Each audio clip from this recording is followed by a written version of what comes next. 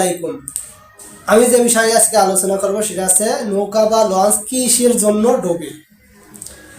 একটা নৌকা ডুবে যায় কি কারণে ডুবে, একটা লঞ্চও ডুবে যায় কি কারণে ডুবে যায়, সেই বিষয়গুলো আমরা লক্ষ্য রাখবো। এই বিষয়গুলো নিয়ে আমি আজকে এই আলোচনা করব। তো এই যে যখন একটা লঞ্চ ডোবে কিংবা যাত্রীবাহিত লঞ্চ ডোবে কিংবা যাত্রীবাহিত নৌকা ট্রলার স্টিমার যেগুলো আছে এগুলা ডুবে যায় কি কারণে ডুবে যায়। যখন দেখা যাচ্ছে আপনি কিংবা যে কোনো লোকজন হোক না কেন, আপনারা যখন লঞ্চ পার হচ্ছেন, স্টিমার পার হচ্ছেন, নৌকা পার হচ্ছেন, এই পার হওয়ার পর দেখা যাচ্ছে মাঝপথে মাঝ সমুদ্রে গেলেন, মাঝ নদীতে গেলেন, ঢেউ আসতেছে, অতল ঝড় আসছে, তখন কিন্তু ওই অধিক লোকজন থাকে, তখন কিন্তু ওই লোকজন স্থির থাকে না। বিশেষ করে মা বোনরা আছে এরা কিন্তু স্থির থাকে না। তো যখন এক পাশেতে ঢেউ আসে আর এক পাশে কিন্তু তারা চলে যায়, তখন কিন্তু উল্টো ভেসে নৌকা কিংবা স্টিমার লঞ্চ হোক যে যাই হোক না কেন, তো তখন সে ভাষে কাজ হয়ে যায়। যখন কাজ হয়ে যায় তখন কিন্তু আবার এই ভাষে আসে দৌড়াতে, এই চেল্লাবিল্লা দৌড়ন কারণে এই আস্তে আস্তে এই পাশে ঢলে পাশে ঢলে ডুলতে ডুলতে দেখা যাচ্ছে আস্তে আস্তে ডুবে যায়। এই ডুবে যাওয়ার কারণে অনেক শিশুরা থাকে ওই লঞ্চের ভিতরে, নৌকার ভিতরে অনেক মা বোনরা আছে, বৃদ্ধ মা বোনরা আছে, মা আছে, বোনে আছে, অনেক বৃদ্ধা হয়ে গেছে, দাদা নানিরা আছে। তারা কিন্তু সাঁতরাতে আগে পারতো কিন্তু এখন পারে না, আগে সাঁতরাইতে পারতো এখন পারে না, কারণ ও বৃদ্ধ হয়ে যাওয়ার কারণে। তো এই যে লঞ্চটা ডুবে যায় শুধু আমাদের কারণে, এই যে আমরা এই ফাঁসের থেকে ও ফাঁসে দৌড়াদৌড়ি করি, এই ফাঁসে যখন ঝড় আসে তখন ওই ফাঁসে চলে যায়, এই দৌড়াদৌড়ির কারণে কিন্তু কায়কুত হয়ে লঞ্চটা মাঝ সমুদ্রে কিংবা মাঝপথে ডুবে যায়। ডুবে যাওয়ার কারণে কিন্তু হাজারো লোকের প্রাণ চলে যায় শুধু এই আমাদের কারণে। এই যখন আমরা আমরা হ্যাঁ, এইবার আমাদের কি করণীয় সময়, যখন লঞ্চ স্টিমারে যখন বিপদ আসে তখন হ্যাঁ কি করণীয় আমাদের উপায়। এখন ওখানে যখন একটা বিপদ এসে গেছে, মাঝপথে ঝড় আসছে কিংবা ঢেউ আসতেছে, খুব বাতাস হচ্ছে, প্রবল বৃষ্টি হচ্ছে, তখন আপনারা স্থিরভাবে যে যেখানে দাঁড়িয়ে থাকেন কিংবা বসে থাকেন ওই জায়গায় স্থির হয়ে থাকবেন। ওই স্থির হয়ে থাকে এবার আল্লাহকে স্মরণ করতে থাকবেন, দোয়া কালাম পড়তে থাকবেন।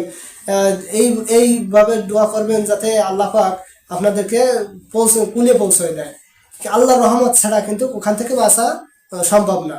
এইবার আপনারা আল্লাহকে ডাকছেন না, আল্লাহকে ডাকতেছি না, এইভাবে না দেখার কারণে যখন মানে এক সাইডে বৃষ্টি আসতেছে, ঝড় আসতেছে, আমরা কিন্তু অপর সাইডে দৌড়ে চলে যাই, তার কারণে ওই ভাষায় কিন্তু কাজ হয়ে যায়।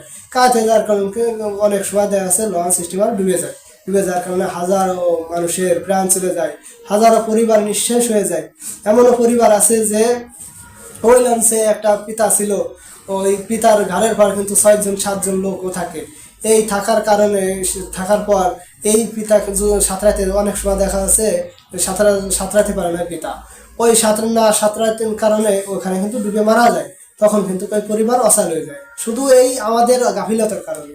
তো এই বিষয়ে আমরা লক্ষ্য রাখবো যে আমরা যখন লঞ্চ স্টিমারে উঠবো, যখন লঞ্চে উঠবো কিংবা নৌকায় উঠবো, উঠার পর দোয়া কালাম পড়ে উঠবো, আল্লাহ আপনাদের সঠিক গন্তব্যে পৌঁছে দেবে ইনশাআল্লাহ। তো এই বিষয়ে যখন ঝড় উঠবে, যখন ঝড় এসে গেল, কোনো বিপদ আসলো, তখন কিন্তু ওই জায়গাটাই স্থির হয়ে থাকা। আর আল্লাহ পাক প্রত্যেকটা এসে কিন্তু একজন করে চালক দিয়েছে যে সমস্ত কিছু নিয়ন্ত্রণ করার জন্য। তো সেই বিষয়গুলো এই চালক আস্তে আস্তে দেখা যাচ্ছে ভারী করে করে নিয়ে চলে যাবে। এরপরে যদিও কুলি চলে যায়, এখানে আর একটা শিরিক করে ফেলা দিই আমরা।